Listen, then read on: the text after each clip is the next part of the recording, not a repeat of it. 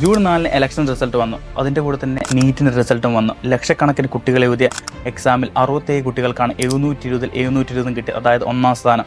ഒരിക്കലും പോസിബിൾ അല്ലാത്ത ഒരു കാര്യം അതിൽ നടത്തിയിട്ടുള്ള ഒരു സ്കാം. 719 718. ഒരു കുട്ടി ആൻസർ ശരിയാക്കുകയാണെങ്കിൽ 4 സ്കോറും, അഥവാ തെറ്റാണെങ്കിൽ 1 സ്കോറും മൈനസ് ഉണ്ടാവുക. ഇപ്പോൾ ഇതിൽ നോക്കാം, മാക്സിമം കിട്ടുക 16 അല്ലെങ്കിൽ 716 അല്ലെങ്കിൽ 715. ഇതിൽ 718 719 കിട്ടിയ 2 വിദ്യാർത്ഥികളാണുള്ളത്. ഇതിൽ ഏത് മാത്തമാറ്റിക്സാണ് ഉള്ളത്? അപ്പോൾ അവരോട് ചോദിച്ചപ്പോൾ അവർ പറഞ്ഞത് അവർക്ക് ഗ്രേസ് മാർക്ക് കൊടുത്ത. ഇത് എങ്ങനെ കൊടുത്തു ഒന്നും പറഞ്ഞില്ല.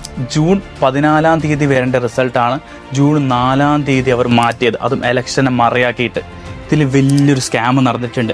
നിങ്ങൾക്ക് മാക്സിമം എങ്ങനെ പ്രൊട്ടസ്റ്റ് ചെയ്യാൻ പറ്റുമോ അത്രയും പ്രൊട്ടസ്റ്റ് ചെയ്യുക. കാരണം എനിക്ക് പേഴ്സണലി അറിയുന്ന പല സുഹൃത്തുക്കളുടെയും അനുജത്തിമാരും അനുജന്മാരും അവിടെ എക്സാം എഴുതിയിട്ട് അവർക്ക് മാർക്കില്ലാത്ത സാഹചര്യം വരെ ഉണ്ടായിട്ടുണ്ട്. കുറേ കുട്ടികൾക്ക് നല്ല മാർക്ക് ഇട്ട് കൊടുത്തിട്ടുണ്ട്. അപ്പോൾ ഇതിൽ നമ്മൾ മാക്സിമം പ്രൊട്ടസ്റ്റ് ചെയ്യുക. അപ്പോൾ NTA ഇതിൽ എന്താണ്